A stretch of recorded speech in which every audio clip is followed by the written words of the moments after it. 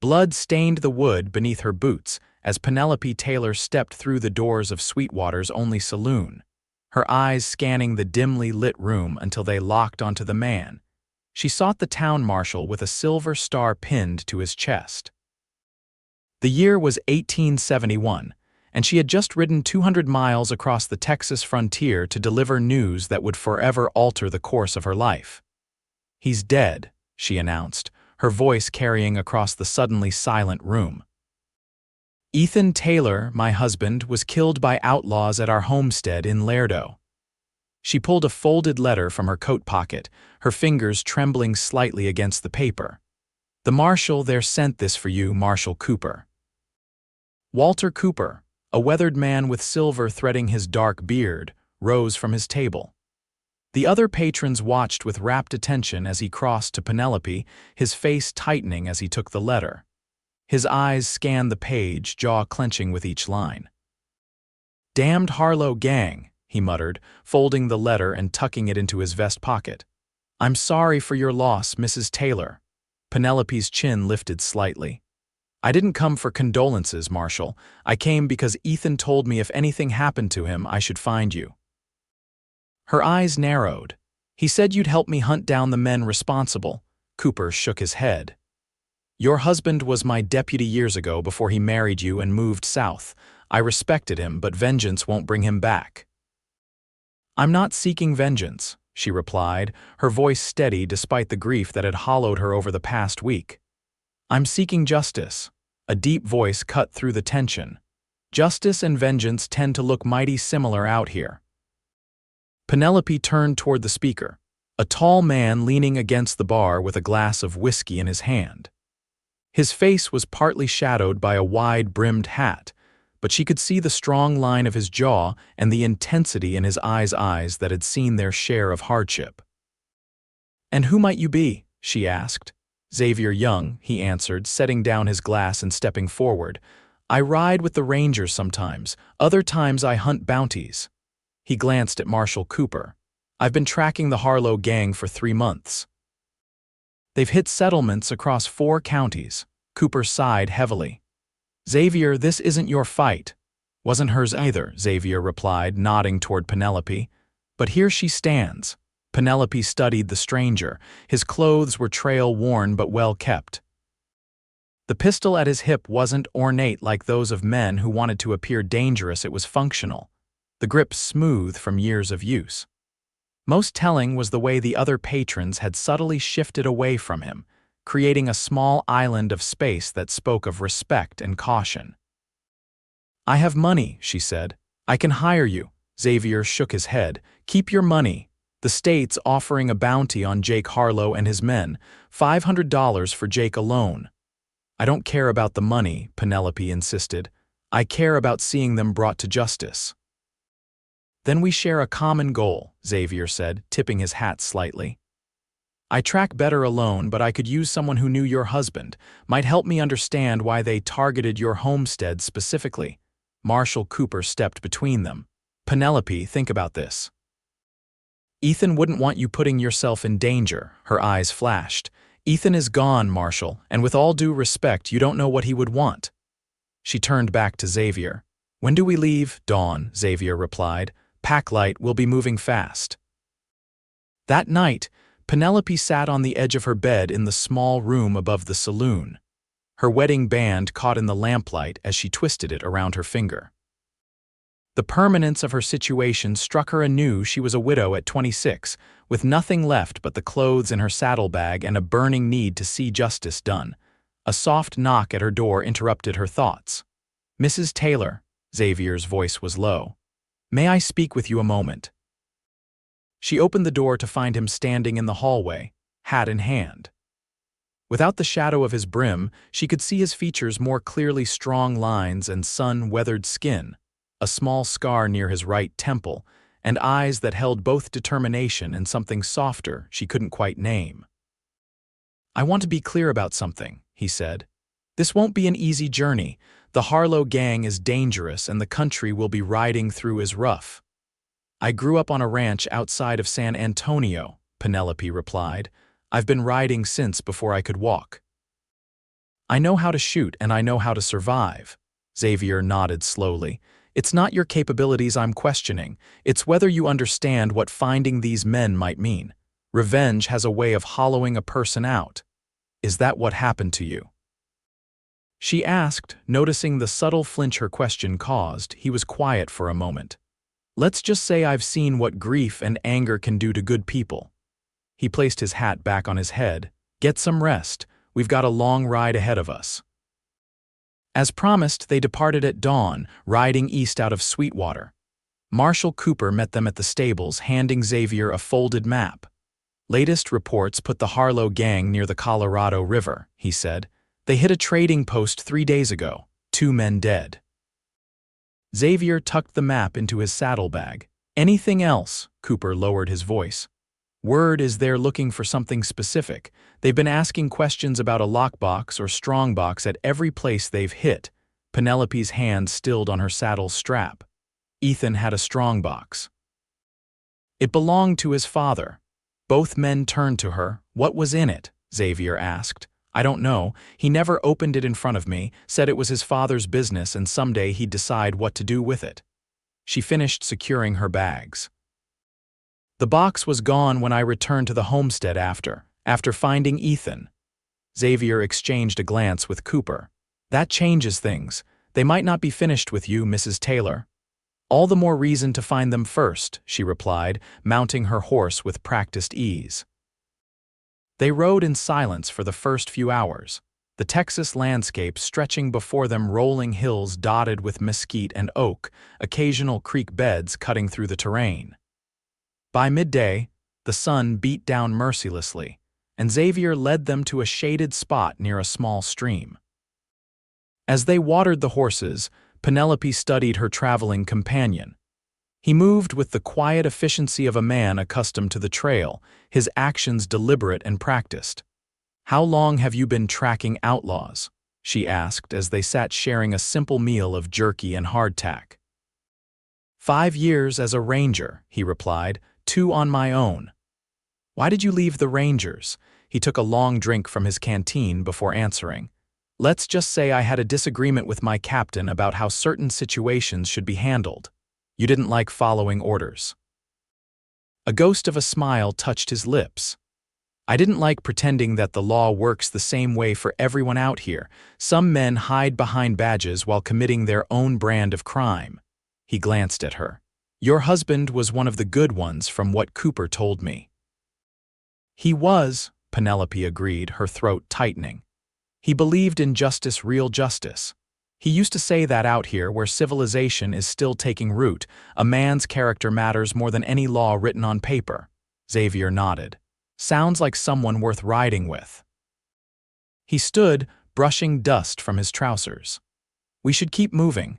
I want to reach the Hamilton Creek crossing before dark. They remounted and continued east, the landscape gradually changing as they rode, becoming more wooded as they approached the Colorado River watershed. Xavier remained vigilant, occasionally stopping to study tracks or broken vegetation. Twice he led them on detours around small settlements. Avoiding people? Penelope asked after the second detour. Avoiding questions, he replied. A woman traveling with a man who isn't her husband raises eyebrows. Questions lead to gossip. Gossip travels faster than we do, and the last thing we want is for the Harlow gang to know we're coming. As dusk approached, they made camp in a small clearing surrounded by thick stands of oak. Xavier efficiently built a small, nearly smokeless fire while Penelope tended to the horses. They worked in comfortable silence, each respecting the other's competence. Over their evening meal of beans and coffee, Penelope finally asked the question that had been lingering since they'd left Sweetwater. Why are you really helping me? And don't say it's for the bounty. Xavier looked at her across the fire, the flickering light casting shadows across his face. The bounty's part of it, he admitted, but not all. What's the rest? He poked at the fire with a stick. I knew men like Jake Harlow during the war, men who learned to kill and found they had a taste for it. After the fighting ended, they couldn't or wouldn't stop. His eyes met hers. Jake Harlow was a Confederate raider. When the war ended, he just kept going, only now he calls himself an outlaw instead of a soldier. You fought too, Xavier nodded. Union cavalry. Sometimes I think the war never really ended for some of us. We just keep fighting different battles. He set down his coffee cup. Get some sleep. I'll take first watch. Penelope lay awake long after she'd retreated to her bedroll, watching Xavier's silhouette against the night sky as he sat vigilant at the edge of their camp. There was something comforting about his presence, a steadiness she hadn't expected to find in a man who lived such a dangerous life. The next morning brought rain, a steady drizzle that turned the trail muddy and slowed their progress. By midday, they reached Hamilton Creek, its waters swollen with the rainfall. We'll have to find a shallower crossing, Xavier said, studying the rushing water. Follow me upstream. They rowed alongside the creek for nearly an hour before finding a suitable ford. As they carefully guided their horses across, Penelope's mount suddenly lost its footing on the slick creek bottom.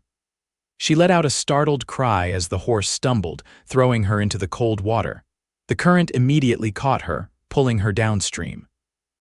She fought against it, but her sodden clothes weighed her down. Just as panic began to set in, strong hands grabbed her arm, then her waist. Xavier had dismounted and waded in, catching her before the current could sweep her away. He held her firmly against him as he navigated back to the bank, the water rushing around their legs. "I've got you," he said, his voice steady near her ear. "Just a few more steps." On solid ground, Penelope coughed and pushed wet hair from her face. Xavier's hands remained on her shoulders, steadying her. "Are you hurt?" he asked, eyes scanning her for injuries. "Just my pride," she managed, acutely aware of how close they stood. For the first time since Ethan's death, she felt a flicker of something other than grief, a warmth that had nothing to do with the exertion of fighting the current. Xavier seemed to realize they were still standing too close. He stepped back, clearing his throat. "We need to get you dry. There's an abandoned line shack about a mile from here. We can stop there until the rain passes." The line shack was little more than a one-room shelter with a leaky roof, but it had a stone fireplace that Xavier soon had roaring with flame. He turned his back politely while Penelope changed into her spare clothes, hanging her wet garments near the fire to dry. "Thank you," she said as they sat before the fire, the rain drumming steadily on the roof. "For pulling me out of the creek." "Anyone would have done the same," he replied. "Not anyone would be out here with me in the first place," she pointed out. Xavier stared into the flames. "Tell me about him," he said after a long silence. "Your husband." Penelope wrapped her arms around her knees. "Ethan was kind, unfailingly kind, even to people who didn't deserve it." A sad smile touched her lips. He had this way of seeing the good in everyone. It made him a good lawman. He could talk down a drunk or calm a fight without drawing his pistol. She swallowed hard. "We were married for 5 years, wanted children, but it never happened." "I'm sorry," Xavier said softly. "He was my whole world," she continued. "We met when I was 21. My father had just died and Ethan helped settle his affairs. He was so steady, like a rock in a storm." She looked up at Xavier. "I keep thinking about how I'll never hear his laugh again. Never feel his arms around me." Xavier reached into his saddlebag and pulled out a small flask, offering it to her. "Not a solution," he said, "but it helps sometimes." Penelope accepted it, taking a small sip of the whiskey inside. The liquor burned pleasantly down her throat. "Have you ever been married, Mr. Young?" "No," he said, taking the flask back. "Came close once before the war." "What happened?" "I went to fight. She married someone else." His tone was matter-of-fact without bitterness. "Probably for the best. The man I came back as wasn't the boy she fell in love with." "The war changed a lot of men," Penelope observed. "Changed the whole country," Xavier agreed. "Some parts are still fighting it in their own ways." He looked at her curiously. "What will you do after we find the men who killed your husband?" The question caught her off guard. She'd been so focused on finding justice that she hadn't thought beyond it. "I don't know," she admitted. "I can't go back to the homestead, too many memories." "You have family," a sister insisted. Louis, we haven't spoken in years. She stared into the fire. I suppose I'll figure it out when the time comes. The rain continued through the afternoon, trapping them in the small shack. They passed the time sharing stories, carefully selected ones that revealed little of their deeper wounds. Xavier told her about his childhood in Pennsylvania, his father's work as a blacksmith, his own decision to join the cavalry when the war broke out. Penelope spoke of growing up on a Texas ranch, learning to break horses alongside her brothers, her mother's efforts to turn her into a proper lady despite her wild nature. By evening, the rain had slowed to a drizzle, and Xavier ventured out to hunt, returning with 2 rabbits that they roasted over the fire. The shared meal in the small, firelit space created an intimacy neither had expected. We should reach the trading post by midday tomorrow, Xavier said as they finished eating. Might get some information on which direction the Harlow gang headed after the robbery. Penelope nodded, studying his profile in the firelight. Why did you really agree to help me, Xavier? The truth this time. He met her gaze, and for a moment his usual guardedness slipped. Because I saw something in your eyes that I recognized, something I've carried myself. He paused. When you lose someone violently, there's a wound that doesn't heal right unless you find some kind of resolution. Justice, she said, or closure, he countered. Sometimes they're the same thing, sometimes they're not. Penelope considered this. And which are you seeking? I thought I knew, he said quietly. Now I'm not so sure. The next morning dawned clear, the world washed clean by the previous day's rain. They set out early, riding through rolling countryside that gradually gave way to more rugged terrain. True to Xavier's prediction, they reached the trading post by midday, a ramshackle collection of buildings at a crossroads, the largest bearing a sign that read Holcomb's General Store and Post. As they approached, Penelope noted the fresh boards patching the store's front window and door, evidence of the recent attack. A man with a shotgun watched them warily from the porch. State your business, he called as they reined their horses to a stop. Name's Xavier Young, Xavier answered, keeping his hands visible. This is Mrs. Taylor. We're tracking the men who hit your store. Rangers. The man asked suspiciously. Bounty hunters, Xavier replied. It wasn't entirely true, but it was simpler than the full explanation. The man lowered his shotgun slightly. Holcomb, Tom Holcomb, this is my place.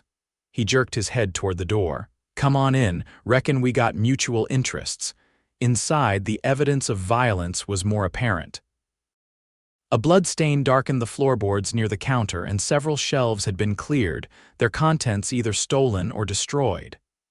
Got my nephew buried out back, Holcomb said, nodding toward the stain. Boy was just 17, never even reached for a weapon. I'm sorry for your loss, Penelope said softly, understanding the man's grief all too well. Holcomb studied her. You don't look like no bounty hunter, madam. The men who robbed you killed my husband, she explained.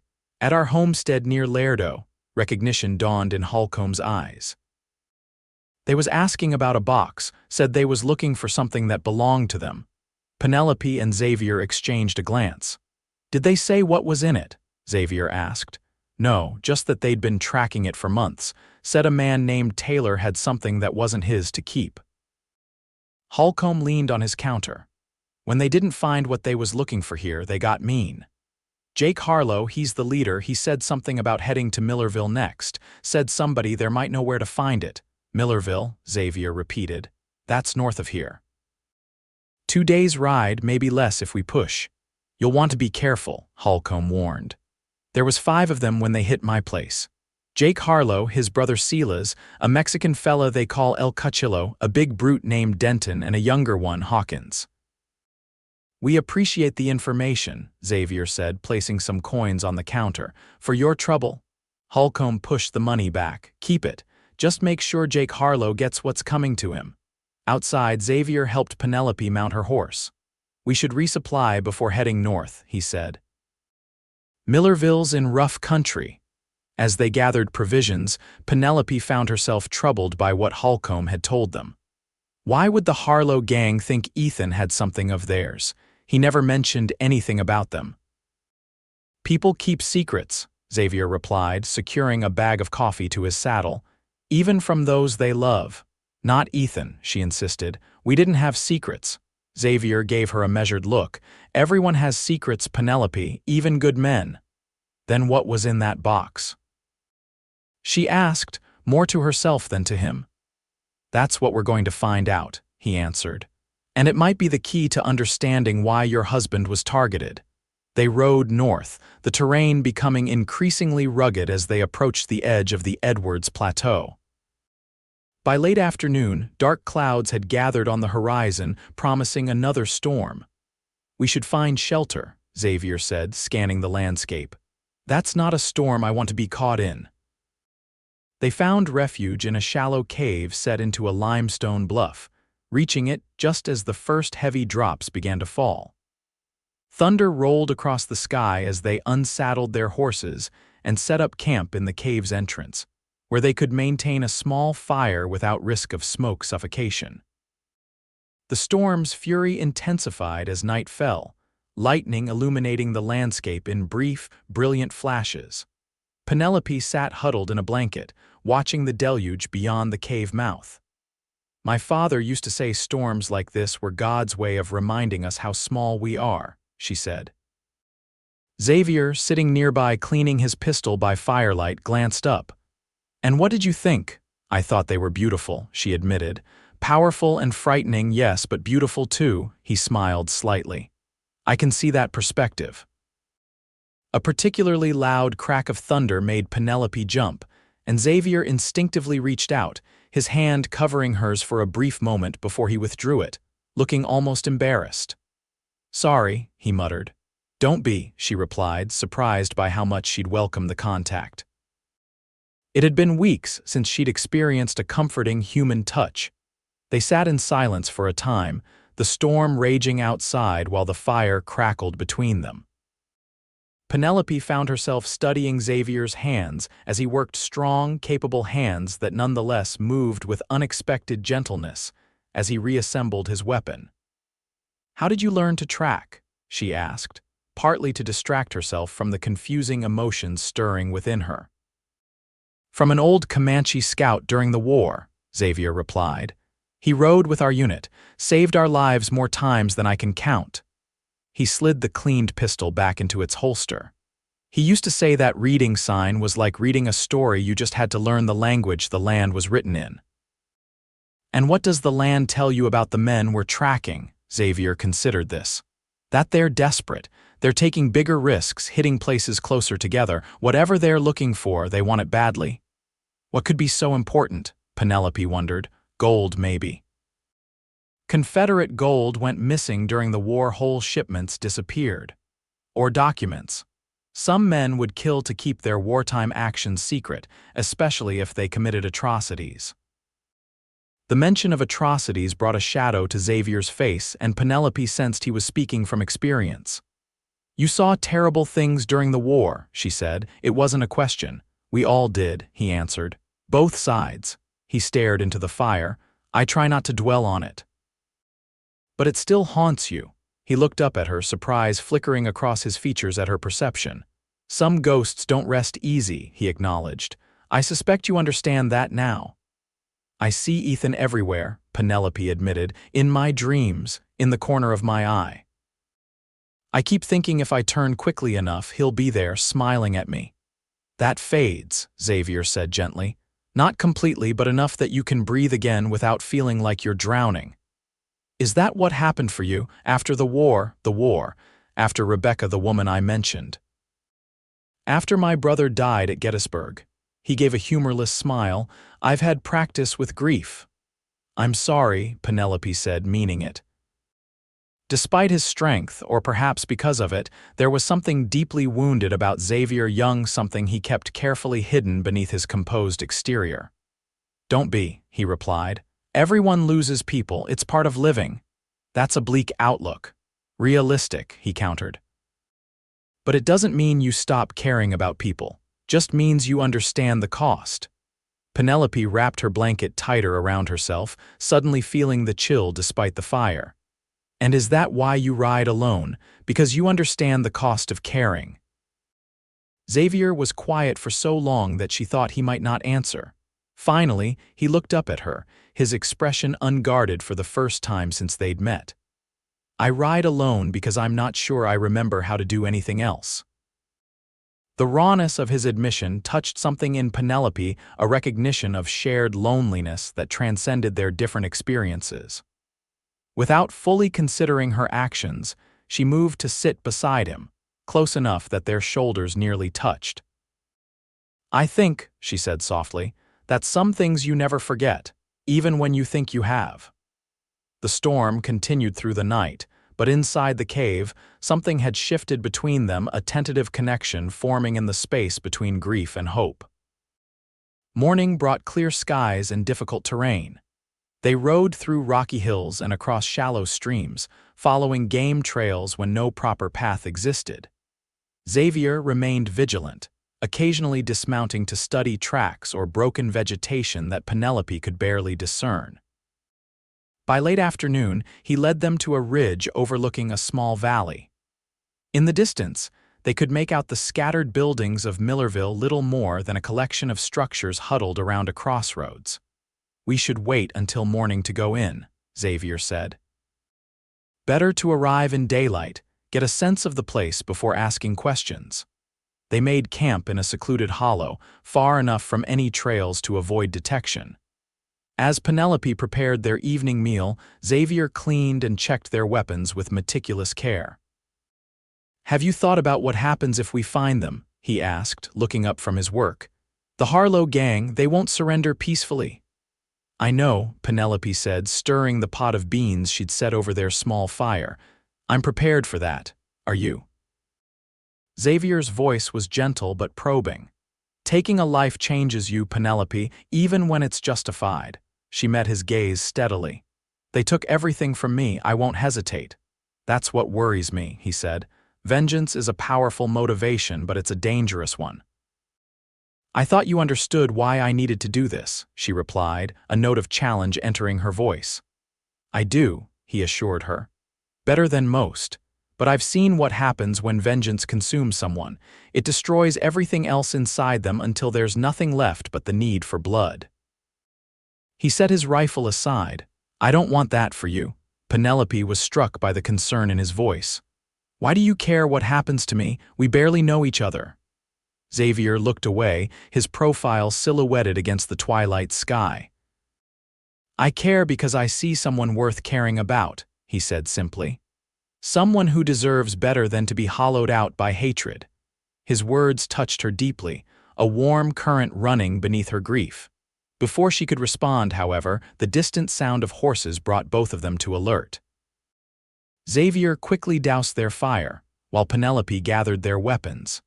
They crept to the edge of their hollow, peering over the ridge toward the source of the sound.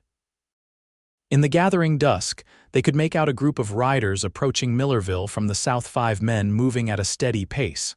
"That's them," Xavier whispered. "The Harlow gang." Penelope felt her heart hammering against her ribs. "How can you be sure?" 5 riders, matching Holcomb's description. "And look," he pointed to the largest of the men, "that one's wearing a Confederate officer's coat. That'll be Jake Harlow." They watched as the riders entered the town, disappearing among the buildings. "This changes things," Xavier said, turning back toward their camp. "They're already here, we'll need a different approach." "We go in tonight," Penelope insisted. "Catch them by surprise." Xavier shook his head. "Too dangerous. We don't know the town, don't know where they're staying or if they have allies there." He began gathering their belongings. "We'll go in at first light, find out what they're after, then make our move." "They could be gone by morning," Penelope argued. "Not if they haven't found what they're looking for," Xavier countered. "And based on their pattern, they'll question people before moving on. That takes time." Reluctantly, Penelope agreed to wait, though sleep proved elusive as her mind raced with thoughts of finally confronting her husband's killers. She lay awake long after Xavier had taken up his watch position. staring at the star-filled sky and wondering what Ethan would think of her now riding across Texas with a bounty hunter, preparing to face down a gang of killers. She was still awake when Xavier returned to the camp hours later, silently trading places with her for the second watch. As they passed each other, he touched her shoulder briefly, a gesture of reassurance that meant more than words could have conveyed. Dawn found them approaching Millerville cautiously, entering from the north while the Harlow gang had come from the south. The town was smaller than Sweetwater, with a single dusty main street lined with a general store, a saloon, a small hotel, and a few other scattered businesses. Even at this early hour, there was activity: a blacksmith already at work at his forge, a shopkeeper sweeping his porch, a wagon delivering goods to the general store. They tied their horses outside the saloon, which bore a weather-beaten sign proclaiming it the Silver Dollar. Inside, a barkeep was wiping down tables while a single patron, an older man with a magnificent white mustache, nursed a cup of coffee at the bar. "Morning," Xavier greeted them, his manner casual though Penelope could sense his alertness. "Any chance of getting some breakfast?" The barkeep shrugged. "Coffee for sure. Might be able to rustle up some eggs if you're not too particular." "Coffee will do for now," Xavier replied, guiding Penelope to a table with a clear view of both the door and the room. When the barkeep brought their drinks, Xavier slid a coin across the table.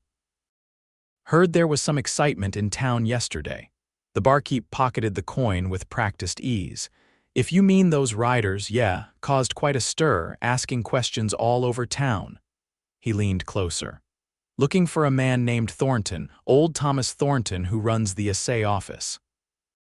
Xavier and Penelope exchanged a glance. "Any particular reason?" Xavier asked. "Didn't say. But they weren't too gentle with their questioning. Sheriff asked them to stay at the hotel, keep the peace." The barkeep straightened up as the batwing doors swung open, admitting a thin man with a nervous demeanor. "Pete," the newcomer called to the barkeep. "They're at it again. Got old Thornton cornered at his office." The barkeep cursed under his breath. "Sheriff's out riding the north fence line. Won't be back till afternoon." Xavier was already on his feet. "Where's the assay office?" "End of the street. Small adobe building with a blue door." The man eyed Xavier suspiciously. "Who are you to get involved?" "Someone who knows Jake Harlow's handiwork," Xavier replied grimly. He turned to Penelope. "Stay here." "Not a chance," she said, rising to join him. "I didn't come this far to wait in a saloon." Xavier looked like he wanted to argue but merely nodded. "Stay behind me, and if I tell you to run, you run, no questions." They moved quickly down the street, Xavier's hand resting on his pistol. The assay office was easy to spot, a small building set slightly apart from the others, its blue door standing open. As they approached, they could hear raised voices from within. "One last time, old man." "Where's the Taylor box?" a harsh voice demanded. "I told you," came a quavering reply. "I haven't seen Thomas Taylor in 20 years. I don't know anything about a box." Xavier held up a hand, signaling Penelope to stop. He drew his pistol and moved to the side of the door, peering carefully inside. Penelope, ignoring his earlier instruction, positioned herself where she could see as well. Inside, an elderly man sat behind a desk while two men stood over him, one lean and wiry, the other heavyset with a beard. Three more men were visible in the small office: a tall man in a Confederate officer's coat, a younger man with straw-colored hair, and a Mexican with a knife prominently displayed at his belt. "Jake Harlow," Xavier whispered, indicating the man in the Confederate coat. "That's our target." Before they could decide on a course of action, the younger outlaw happened to glance toward the door. His eyes widened as he spotted them. "Jake, we got company." The next moments passed in a blur. Xavier shoved Penelope aside as gunfire erupted from the office. He returned fire, his shots precise even as he maneuvered to keep her shielded. The street erupted in chaos as townspeople scattered, seeking cover from the gunfight. Penelope, refusing to be merely protected, drew her own pistol. When the Mexican outlaw emerged from the office, knife in hand, she fired without hesitation. Her shot caught him in the shoulder, spinning him around but not dropping him. "El Cuchillo, back inside," Jake Harlow's voice commanded from within the office. The wounded man retreated, firing a wild shot in their direction as he went. Xavier pulled Penelope behind the water trough of a nearby hitching post. "This is bad," he said, quickly reloading. "They're bottled up in there, but they've got the old man as a hostage. What do we do?" Penelope asked, her heart pounding but her hands steady on her weapon. Before Xavier could answer, Jake Harlow's voice called out from the assay office. "You out there? I don't know who you are, but we got the old man in here. Throw down your weapons or he dies." Xavier's expression darkened. "We need a distraction," he muttered. "Something to draw their attention while I go in the back." "I can create a distraction," Penelope offered. "Too dangerous." "You need me to do this," she insisted. "I'll fire a few shots from here, make them think we're both still in position." "Then you circle around." Xavier hesitated, clearly torn between tactical necessity and concern for her safety. 2 minutes, he finally said. "Give me 2 minutes to get in position, then start shooting aim high just to keep them busy. When you hear me engage, get to better cover." She nodded, and Xavier slipped away, moving low and fast between buildings until he disappeared from view. Penelope counted slowly in her head, giving him the promised time. When she reached 120, she rose slightly and fired 2 shots at the assay office's upper windows. "That the best you can do?" Harlow taunted from inside. "We can wait all day." Penelope fired again, then shifted positions slightly before firing once more, creating the impression of multiple shooters. From inside, someone returned fire, bullets splintering the wood of the water trough. Then came the sound she'd been waiting for: gunfire from the rear of the building, followed by shouts and confusion. Seizing the moment, Penelope darted across the street to the shelter of the general store's porch, continuing to fire at the assay office's front door to prevent any escape in that direction. The gunfight intensified, punctuated by cries of pain and rage. Suddenly, a figure burst through the front door, the heavy-set outlaw clutching his arm where blood soaked his sleeve. Penelope took aim and fired, her bullet finding its mark in his chest. He staggered forward a few steps before collapsing in the street. The shooting inside continued for what seemed an eternity but was likely only seconds. Then silence fell, broken only by a single final shot. Penelope held her position, heart in her throat, waiting. When the door opened again, she raised her pistol, only to lower it immediately at the sight of Xavier, blood streaming from a gash on his forehead but otherwise intact. "Clear," he called to her. She rushed forward, pausing only briefly by the fallen outlaw to confirm he was dead. Inside the assay office, the scene was one of carnage.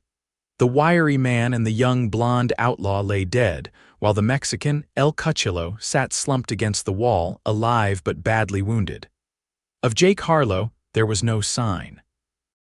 "He went out the back," Xavier explained, pressing a handkerchief to his bleeding head. "Got away during the confusion." The elderly man Thornton was huddled in the corner, shaken but unharmed. "You saved my life," he said, his voice quavering. "They were going to kill me." "Where's Harlow headed?"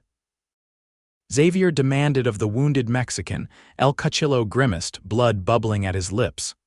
"Go to hell, gringo." Penelope stepped forward, her pistol aimed steadily at the wounded man. "Tell us, or I finish what we started." Something in her expression must have convinced him of her seriousness. "The mine," he gasped. "The old silver mine north of town. Taylor hid it there." "Hid what?" Penelope pressed. But El Cuchillo's eyes had glazed over, his final breath escaping in a rattle. Thornton cleared his throat. "There's an abandoned silver mine about 3 miles north. Played out years ago." He looked at them curiously. "What's your interest in Jake Harlow?" "He murdered my husband," Penelope said. "Ethan Taylor." Recognition dawned in the old man's eyes. "Ethan, Thomas Taylor's boy." When Penelope nodded, Thornton sank heavily into his chair. "Good Lord. I should have known when they started asking about the Taylor box." "You know about the box?" Xavier asked sharply. Thornton nodded slowly. "Thomas Taylor was a Union spy during the war, operated deep in Confederate territory. The box contains his report's names of Confederate officers who committed war crimes, locations of hidden supply caches, evidence of atrocities. He looked up at them gravely.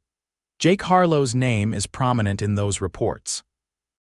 He was responsible for the massacre of a freedmen's settlement near Shreveport in '64, killed everyone, men, women, children. Xavier's jaw tightened.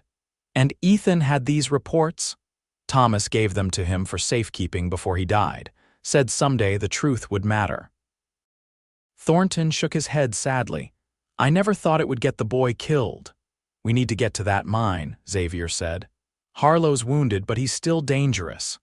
As they prepared to leave, the townspeople began to emerge, staring in shock at the bodies. The barkeep from the saloon approached them. Sheriff's been sent for. You can't just leave this mess. We're going after the man responsible, Xavier replied firmly. Tell your sheriff that Xavier Young, formerly of the Texas Rangers, took down 3 members of the Harlow gang in self-defense. The leaders still at large and headed for the abandoned silver mine. Without waiting for a response, they mounted their horses and rode north out of town, following Thornton's directions. The trail climbed steadily into rough, rocky terrain, eventually leading to a narrow canyon where the weathered remains of mining equipment stood silhouetted against the sky. They approached cautiously, tying their horses some distance away and continuing on foot. As they neared the mine entrance, a dark opening in the canyon wall, partially collapsed but still passable, Xavier held up a hand. Blood, he said, pointing to dark drops on the rocks. He's wounded, but he made it here. Could be a trap, Penelope warned. Xavier nodded. Stay behind me.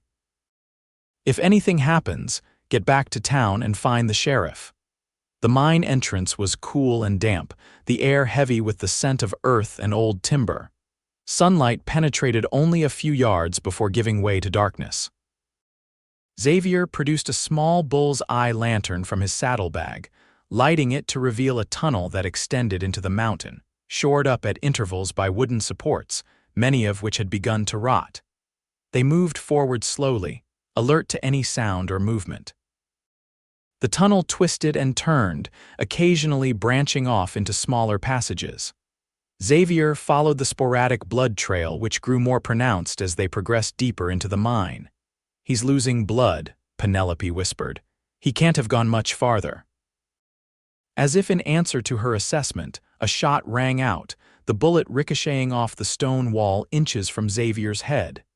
They both dropped to the ground as Xavier doused the lantern, plunging them into darkness. I know you're there, Harlow's voice echoed through the tunnel.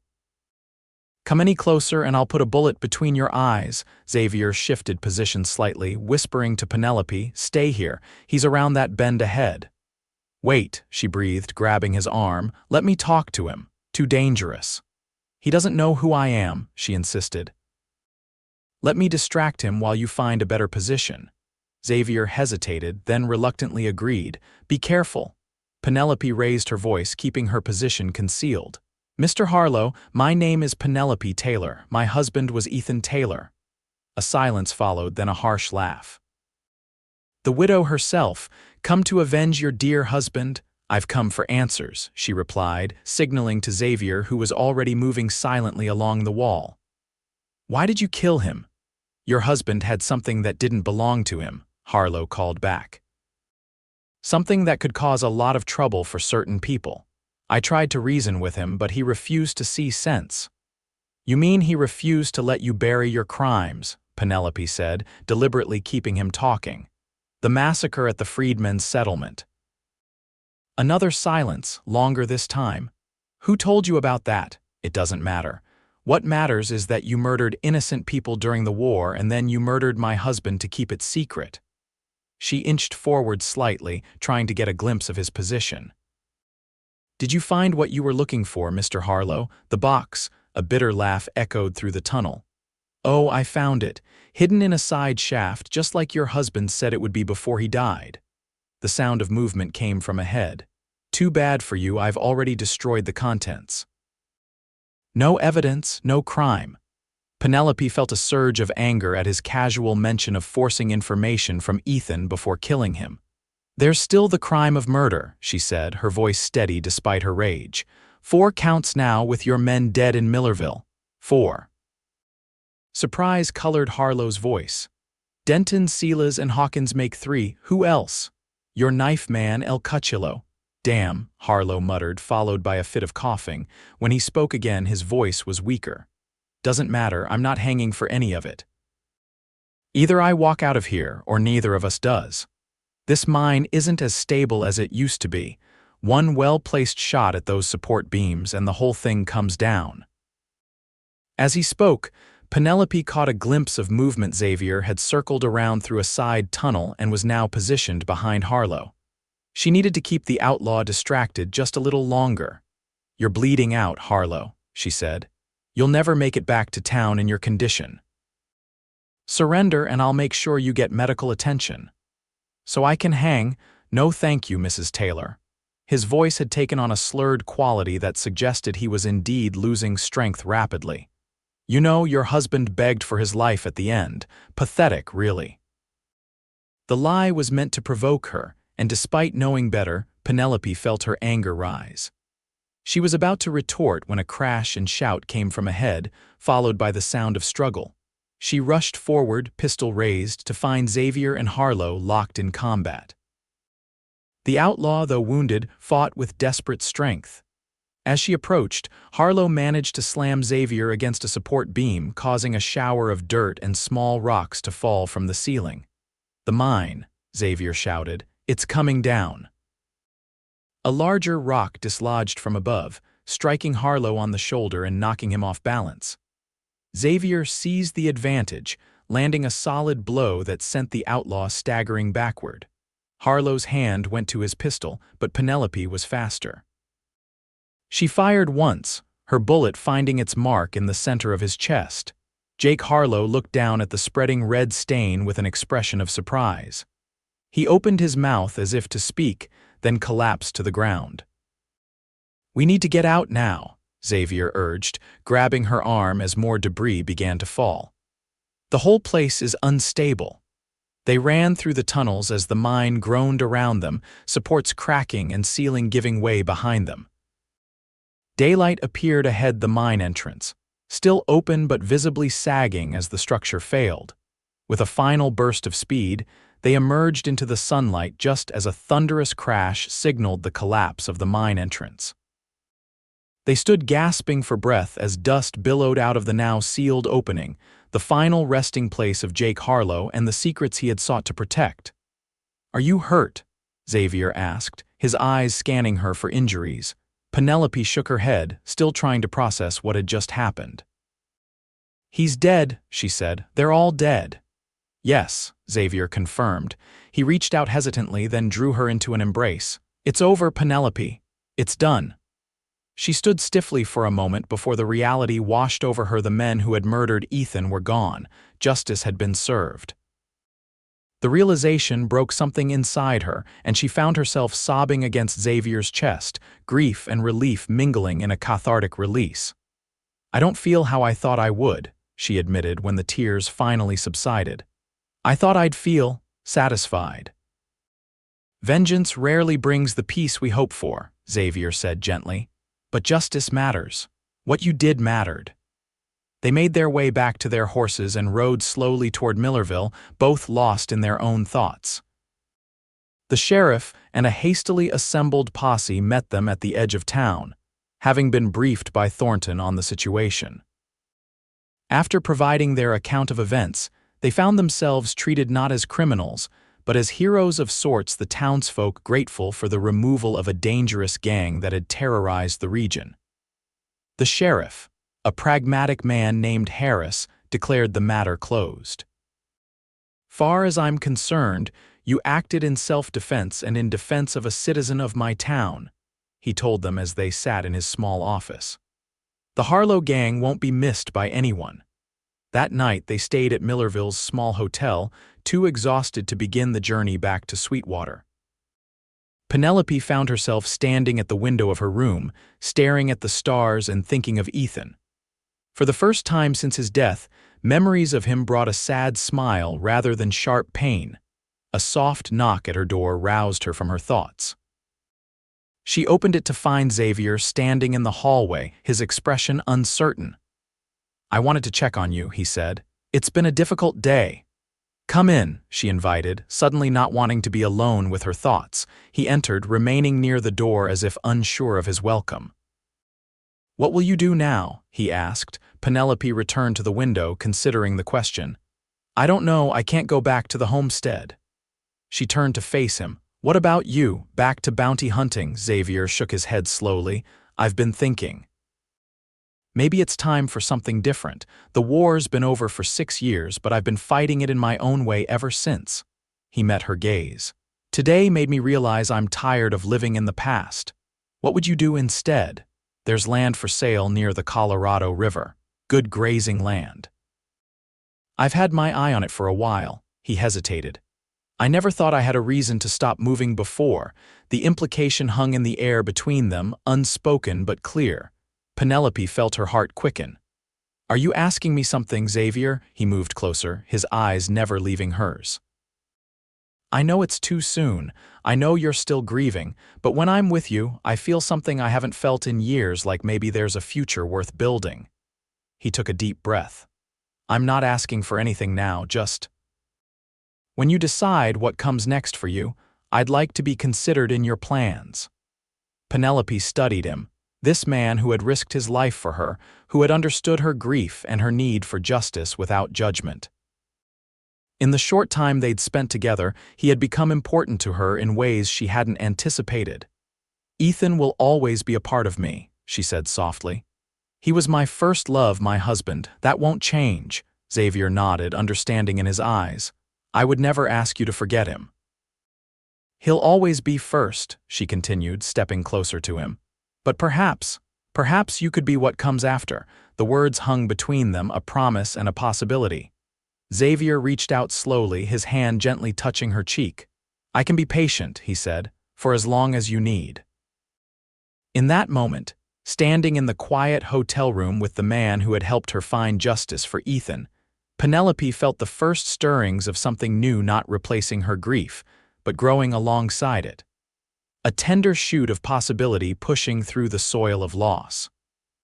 "Thank you," she whispered, covering his hand with her own. "For everything." They stood together by the window, looking out at the stars, neither rushing toward nor retreating from the connection forming between them. Whatever came next would unfold in its own time, when grief had softened enough to make room for new beginnings. 6 months later, Penelope stood on the porch of a newly built ranch house overlooking the Colorado River. The spring air was sweet with wildflowers, and in the distance, cattle grazed on lush grass. She watched as Xavier rode in from the south pasture, his figure familiar and welcome against the Texas landscape. After Millerville, they had traveled back to Sweetwater together, then to Lerdo, where Penelope had sold the homestead she'd shared with Ethan. The memories there were too painful, too fresh. With the proceeds, she had purchased a half-interest in Xavier's dream, the river ranch they now called Nuevo Comienzo. New beginning. Xavier dismounted, removing his hat as he approached the porch. 6 months of honest ranch work had changed him, smoothing some of the harder edges from his demeanor. He smiled more often now, and the haunted look that had once shadowed his eyes had diminished. "Beautiful day," he said, joining her on the porch. "Yes, it is," she agreed, returning his smile. They stood in companionable silence, watching the sun begin its descent toward the horizon. Their relationship had evolved slowly, respectful of her grief and his own emotional barriers. They had started as business partners, becoming friends, and then, gradually, something more. He had been patient, never pressing, allowing her the time she needed to heal. "I visited Ethan's grave this morning," she said after a while, "left some wildflowers." Xavier nodded, understanding without words the importance of these rituals to her. "Did it help?" "Yes," she replied honestly. "I told him about the ranch, about how we're doing." She turned to face Xavier fully. "I told him about us." His expression softened. "And what did you tell him?" that he'll always hold a special place in my heart, that I'll always love him." She reached for Xavier's hand, entwining their fingers. "And that I've found happiness again, with someone who understands that loving you doesn't diminish what Ethan and I shared." Xavier drew her closer, his eyes reflecting emotions too deep for simple words. "I never thought I'd find this," he admitted. "After the war, after everything. I'd convinced myself that men like me don't get second chances. Yet here we are," Penelope said softly, "both of us starting again." "Are you happy, Penelope?" he asked, his voice carrying a hint of vulnerability that few beyond her ever witnessed. "Truly happy." She considered the question carefully, her mind traveling back over the journey that had brought them to this moment from grief and vengeance to healing and hope. "I am," she answered truthfully. "Not in the same way I was before, but in a new way that honors the past while embracing what comes next." Xavier's smile was tender as he leaned down to kiss her, a gentle affirmation of the bond they had forged from shared sorrow and mutual respect. When they parted, he kept his arms around her, both of them content in the golden light of the Texas evening. "I have something for you," he said after a while, reaching into his pocket. He produced a small wooden box, intricately carved with a pattern of leaves and flowers. "I've been working on it for weeks." Penelope opened the box to find a simple gold band inside. Her eyes met his, questioning. "I'm not trying to replace the ring Ethan gave you," Xavier assured her, nodding toward the wedding band she still wore on a chain around her neck. "That belongs to your past, to the love you shared with him." He took a deep breath. "This is for our future if you want it." Tears welled in Penelope's eyes as she looked from the ring to the man before her, a man who had entered her life during her darkest days and had stood beside her through vengeance, justice, and ultimately healing. "I do want it," she said, her voice strong and clear. "I want our future, Xavier." As the sun set over their land, casting the world in shades of gold and amber, Xavier slipped the ring onto her finger, a symbol not of forgetting what came before, but of embracing what came after. Together they stood on the porch of the home they had built, looking out over the land they shared. Two people who had found in each other not just love, but understanding, respect, and the courage to begin again. In the years that followed, Nuevo Comienzo flourished under their care. They married in a simple ceremony by the river, witnessed by friends from Sweetwater and Millerville. Their family grew with the birth of twin boys, Thomas and Robert, followed 2 years later by a daughter they named Eleanor. Penelope kept Ethan's memory alive, telling their children stories of their brave uncle who had fought for justice. The strongbox that had cost him his life was eventually donated to a museum in Austin, its contents helping to bring recognition to wartime atrocities that might otherwise have been forgotten. Xavier never returned to bounty hunting, finding greater satisfaction in building something lasting than in pursuing vengeance. The skills that had once made him a feared tracker now served him well as a rancher and, eventually, as a respected member of the community. When outlaws threatened the region years later, it was Xavier who organized the ranchers to stand together in mutual protection. They faced hardships, as all ranchers did, drought years, cattle disease, economic downturns, but they weathered each challenge together. Their bond strengthened by the knowledge that they had both survived worse and emerged stronger. On their 20th anniversary, they sat together on the same porch where he had proposed, watching their children, now nearly grown, racing horses in the pasture beyond the house. "You ever regret it?" Xavier asked, his hand covering hers where it rested on the arm of her chair. "Choosing this life, choosing me?" Penelope turned to look at the man who had been her partner for 2 decades, his hair now streaked with silver, lines of experience marking his face, but his eyes still holding the same steady strength that had first drawn her to him.